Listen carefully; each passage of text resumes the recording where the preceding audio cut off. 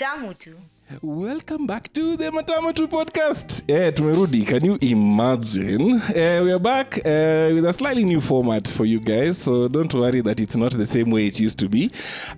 This season, it's not going to be a season per se. I'm just going to be recording and distributing episodes here and there. You'll get to the flow. But thank you all for always following and listening to the podcast. You know where to find me. And today, I have a special guest, a friend of mine, Karibu sana Wamz. Hi, how are you? Hey, mazemuongea vizuri jo. Hello? Thank you for having me. You're welcome. So Wamz is a woman of very, very, very many hats. Would tell us which hats Oh, these are. wow. Where do I even start? From the top. I'm just saying. Is what she said. Anyway, am I allowed to say that on Yeah, the podcast? this is an adult. It's an adult podcast. So what do I do? By day, I am corporate gully. I manage someone's business for them. But when I'm not doing that, I am a cat mom. And I guess the reason I'm on this podcast is because I also create content around food. Yes, Yeah. and that you're a cat mom. We like cat moms here. Yeah. Yay. Shout out Playroom. By the way, Wam's cat is healthy. Yes, not fat. Somewhere around here. Hi, Sadie. It's very healthy and fluffy. So today, I just want us to vibe about food.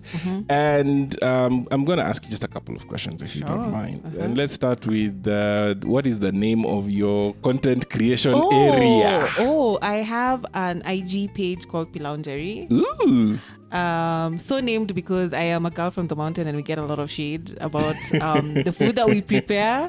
So I thought it would be interesting to share the food that I love to make and eat on a handle where people get just a lot of grief about the fact that we make pilaungery, which I think, by the way, is fantastic food. Slaps! Mad! Like a nonsense. Yes, with like tuvarus and like a few carrots in there. And my mom used to even put skuma when we were growing up. So it was the full meal. I love it. For all of you who have no idea what pilaungery is, I'm going to leave a link in the description to my episode on one pot meals.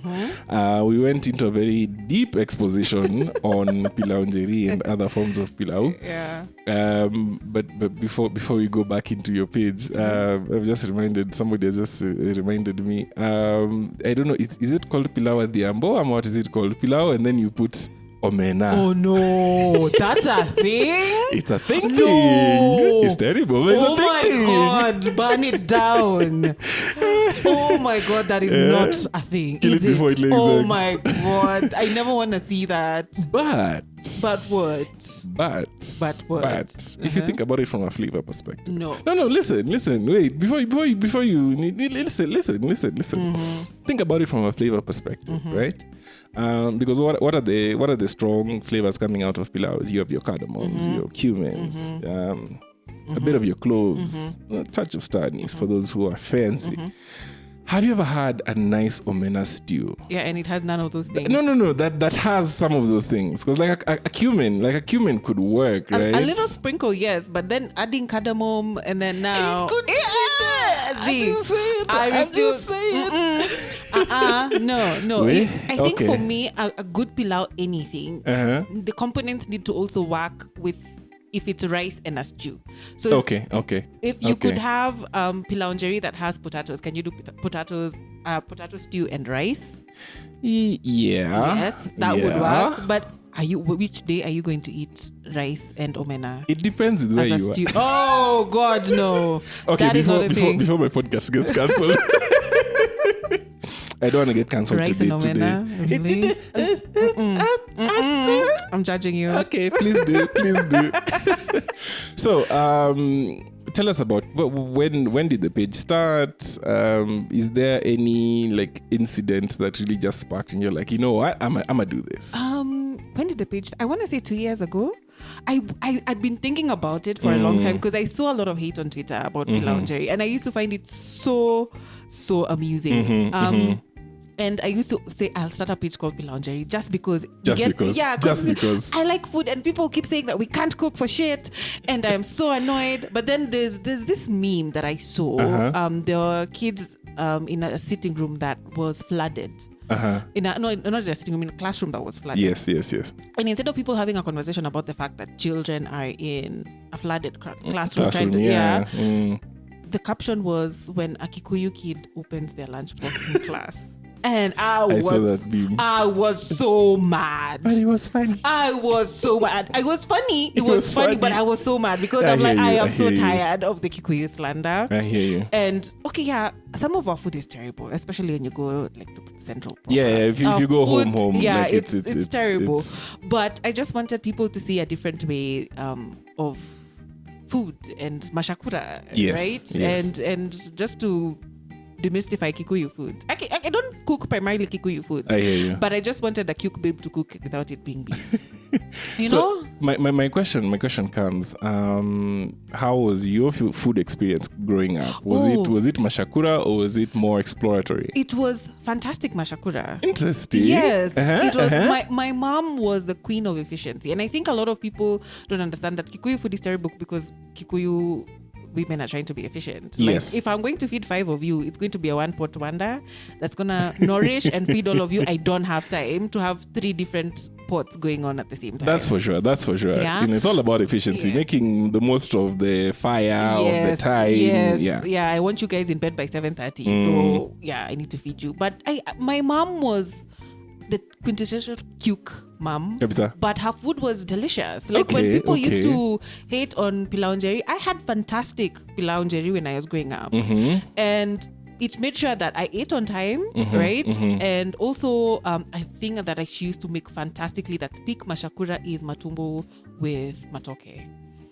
Listen, that slaps. It slaps mad. That slaps. But it's peak mashakura. Like when you look at it, or she would do ndoma. And it would have matumbo and it would have matoke and potatoes and carrots and it just now I'm confused. like it's just this pot of things that has like 3 starches, which is ndoma, matoke and potatoes. Well, it's all root vegetables, so and then should also have matumbo in there, in that pot. Should fry the matumbo first before she introduces all the other vegetables. And it would have like tomatoes and stuff. It's like a fantastic meal. But I see it. I see it in a more of building on the taste. Because you're saying she should fry the tripe first and then introduce everything else. So you'd really be building up on the taste. It was be an umami bomb. It was fantastic. I have never been able to create that meal and I wish I could.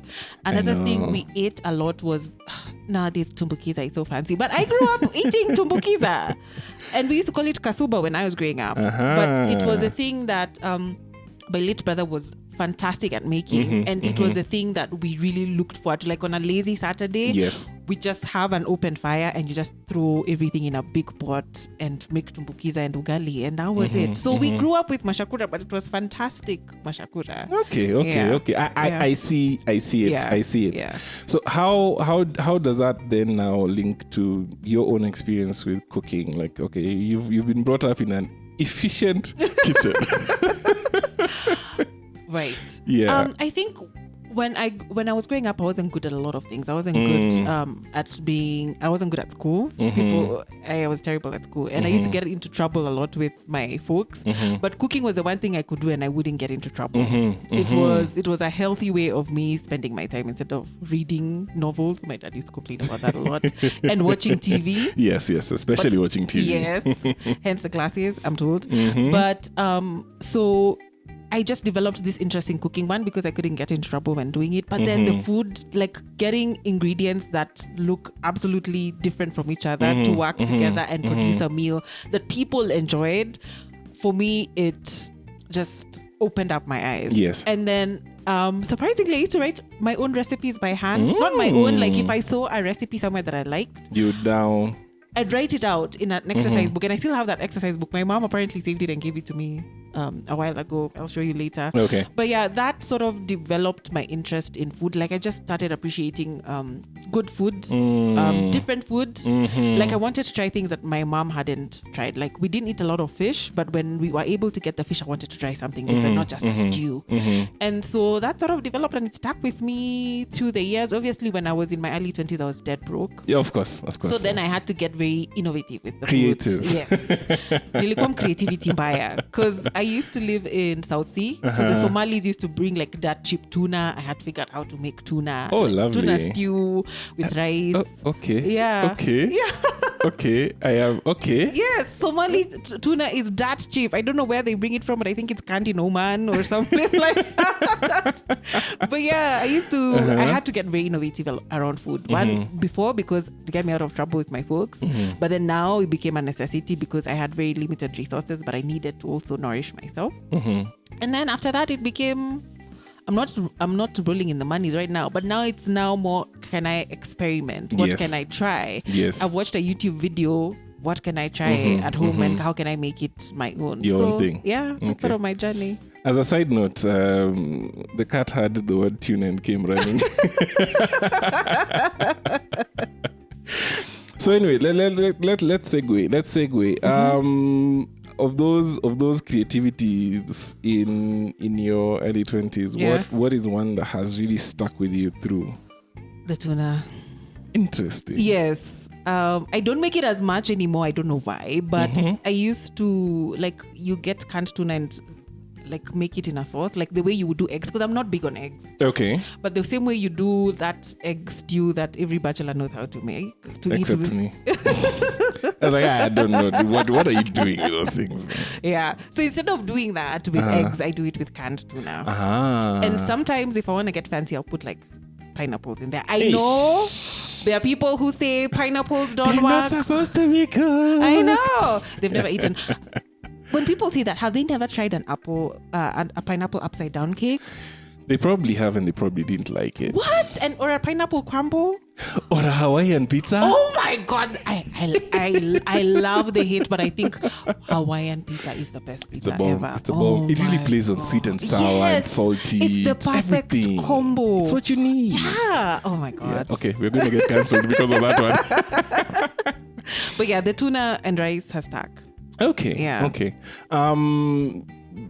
Going back into your page. So it's been running for how long? Maybe 2 years, I want to say. Oh, okay. That's pretty good. Yeah. Of the recipes that you posted up, by the way, you do your own photography for that page, yes? Yeah. She's a really good photographer. Either way. Used to be. I don't do much of it anymore, but yeah. That's all of us. That's all of us at this point. I think very few people stuck to it. It's Yeah. No, shout out to Akina Moa. Yeah. Still sticking to it. Yeah. Our good friend Amunga. And Alan Gishigi. And Alan. The rest of us are just, Yeah. Is Ben Kirudi still shooting? I don't know. I haven't seen anything. I know he has a studio at Sarit. But I don't know whether he himself still does photography. Interesting. Anyway, back to your page. Yes, she does her own photography. We were just, So of the recipes that you've posted up there, which one is your favorite? Oh, can I check? Because I don't post as much nowadays because I'm busy. Oh, look, a Slack from my boss. Excellent. Let's go to this page of mine. Be sure all of this would make it into the episode. I want to say, I have two actually. Yes. This orange cardamom band cake that I made, I loved it. And this one was just those things where I think orange and cardamom would slap so well. And you just go and try it. And I tried it. And it worked. And it looked... Ooh, Lord. Right? Lord. That looks good. Right? And that it was good. Such it was a fantastic surprise for me because I felt orange, citrus, cardamom, and it was fantastic. Yeah. And the other thing is this, I got this udon noodles at Carrefour. Okay. And then I was like, maybe with a bit of peanut butter a bit of soy sauce. That sounds very South Asian. Yes. Yeah. Because I've been really keen on quick meals because I do live alone and I need quick meals that are nourishing.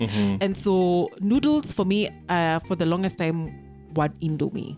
Yes. And I hate Indomie. It's terrible. Okay, it's good for those who like it, but for the rest of us, it's just as terrible. in straight out of the packet, it's very boring. But you can do things to sort of zhuzh it up. Yes, you can. And so I was very fascinated on different ways to try noodles. So I found these udon noodles and I was like, I have to try. So I got oyster sauce, I got soy sauce, I got fish sauce, like peanut butter, everything, put it in there. It was so fantastic. I am salivating hearing this. Eh? It was amazing. So those two are my current favorites. But as the page evolves, then we'll see what else I'll make. Okay. Yeah. As a well-traveled person, I know recently you were on the west coast of Africa. What is a pilaunjeri style dish that you've had somewhere and you're like, okay, this shouldn't work, but it should? Oh, it's not even in Accra. It's in Lagos. I had, what do they call it? Is it called egusi? Yes. And it had fish in it. It had goat meat in it. It had, I think, a bit of chicken in it. Yes. And then that's the whatever it is. It was absolutely the most wonderful thing I've ever eaten. It doesn't sound really absolutely wonderful, but my God. You know the way a lot of Asians use fish sauce? Yes, it's the same concept. It's just for them, instead of using like the fish sauce, which is concentrated, like they just put in the fish chunks and it works. It is, I think I still have a photo somewhere. I'll show you after this, but it was freaking fantastic. You guys should see Wamz face. Oh, she's just my like God. in a moment right now. Yeah. Another thing that's overrated is jollof. Okay. It's just rice in tomato sauce. West African people, we love you. We love you. That was a Wamz opinion. No, like I've had jollof both from Ghana and Nigeria. I don't know why guys beef over it because it's not even all that. It's a big beef. Eh? It is such a big beef over nothing. And then I have Senegalese colleagues who are like, I don't even get why the beef is because jollof means Senegalese. Yeah. So why are we fighting? Why are we even why in are it? we fighting? Why am I in it? But yeah, I think jollof is overrated. But there's this egusi that I had at the Nordic Hotel in Lagos. Oh, now you make me want to go to Lagos. Please man. do. Oh, can I see it? Yes. Getting that hectic. But yes. Accessing West Africa from East Africa or the other way around is just hard. Lagos is Lagos. that airport. Oh my God! Nothing can prepare you for MMA, but different conversation. But go there for the food. At least for the food. The food is fantastic. Yeah. All right. As we begin to end up this episode, I'm curious in terms of you cooking, hosting your friends. How do you usually go about it on the one pot side? Like, do you? I never do anything one pot when I'm hosting. No. I have a friend who supplies lamb, so I usually get a leg of lamb. He supplies. It's good to have people. Shout out to James, please order his lamb. It's fantastic. But yeah, I do that, or I'll do maybe the one pot thing that I do is I'll throw together chicken and potatoes in the oven, and I do like Chef John does it so fantastically. He does lemon, ginger, rosemary, garlic, and then I just throw it in the oven, and it works every time. All right, that sounds nice. Yeah. That sounds actually really nice. Yeah, and then I just do a salad, and I'm home. Easy. Yeah. Easy. Yeah. And how does your passion for food then translate into not only do you host a lot, but like do you cook for your family, especially your mother, since she cooked so much for you. Yeah. Unfortunately, she lives like 2 hours away, so I don't get to just cook. here. 2 hours. Have you been stuck on the Nakuru Nairobi highway of late? Yeah. That's like Z. Nah. But in terms of hosting, I do host quite a bit. So yeah, I enjoy it. I enjoy cooking for people. I wish I could cook for myself a lot more. It's just that I think every person who lives on their own can resonate. It just sucks cooking for yourself. Cooking for one. Yeah, it's very, very boring. But I do enjoy hosting people quite a bit. Yeah, and I experiment with them. All right. Yeah. Interesting. Yeah. I'm also trying Interesting. to experiment with them with cocktails, but cocktails after the second one, I'm too tired to make a third one. So I'm like, just pour your own drinks. Now you can just sort. Yeah. You're by yourself. But yeah. So, what do you see as your future for Pilaungery? I want to incorporate a lot of more travel food content. I did it for Lagos, I did it for Accra. I may be in Kampala next week. So I also want to bring people along in terms of the food that they eat there. Okay. And just curate experiences outside of our usual food experiences. I don't want it to be just about the food that I make. Yes. I also want it to be about the food that I experience when I go out for dinner or I go visit a different country for work. I just want it to be a food experience. Yes. Yeah. Yes. I get you. All right. Thank you so much for You're coming on our welcome. podcast. Oh, thank you for having me. This has been fun. Yes. Short and sweet. Yeah, that's how we do. That's how we Oh. do. This is the point. If you have anything to promote, you can promote it. Please buy KJ's lamp. That's his actual handle on. We will put a link in the description. His lamb is absolutely fantastic. I know people always complain that lamb can be very lammy, like that mbuzi like. Gamey. Yes. His doesn't suffer from that, and it's full of the bone tender. Ooh. Because it's free range lamb. It's molo lamb, actually. Molo lamb. It's proper molo lamb. Okay. I'm salivating just think about it. But please get his lamb. It's absolutely fantastic, and he's the best. Okay. Yeah. If I wasn't allergic, Oh, wow. You're allergic to lamb? it's terrible. Oh, my God. It's so terrible. I'm so sorry. My life is hard. I know. An allergy I wish I had? Spinach. I hate spinach. Okay. I can't stand But spinach. it's really okay. It tastes like soup to me. Interesting. Yes. How does coriander taste to you? I love coriander. Huh. But for me, spinach, yuck. Interesting. Yeah. That's so interesting. I also think watermelons are overrated. Now that you want the whole podcast episode to be cancelled, man. No, I think watermelons, the problem is sometimes it just feels like sugar water. Yeah, fair point. Yeah, especially if you get a really bad one. Yeah, and it's really difficult to know which one is the good one and which one is the bad one. So, just cancel watermelons. Please. No, don't cancel watermelons. Just have something else. Please don't cancel us. No, I don't want watermelon. Yeah. All right, that's the end of this episode of the Matamu Tu podcast. As always, we are thanking you very much for listening. It's been your host, Rumak, and guest Wamz. Bye. Bye-bye.